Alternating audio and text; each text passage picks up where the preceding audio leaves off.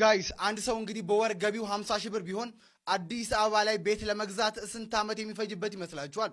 እስኪ መልሳችሁን ኮሜንት ላይ ያሳውቁን። ታዲያ በአሁኑ ሰዓት እንግዲህ የቤት ዋጋ ጣራ በነካበት በዚህ ጊዜ በተመጣጣኝ ዋጋ ቤት የምታገኙት በርካቶችን የቤት ባለቤት ካደረገው ከቴምር ሪል ስቴት ነው።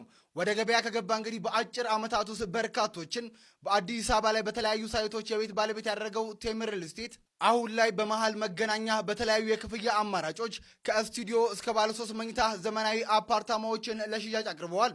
ስቱዲዮ በ2.7 ሚሊዮን ብር ሙሉ ክፍያም፣ ባለ 1 መኝታ በ4.6 ሚሊዮን ብር ሙሉ ክፍያም፣ ባለ 2 መኝታ በ7 ሚሊዮን ብር ሙሉ ክፍያም እንዲሁም ባለ 3 መኝታ በ8.7 ሚሊዮን ብር ሙሉ ክፍያ የቤት ባለቤት መሆን ትችላላችሁ።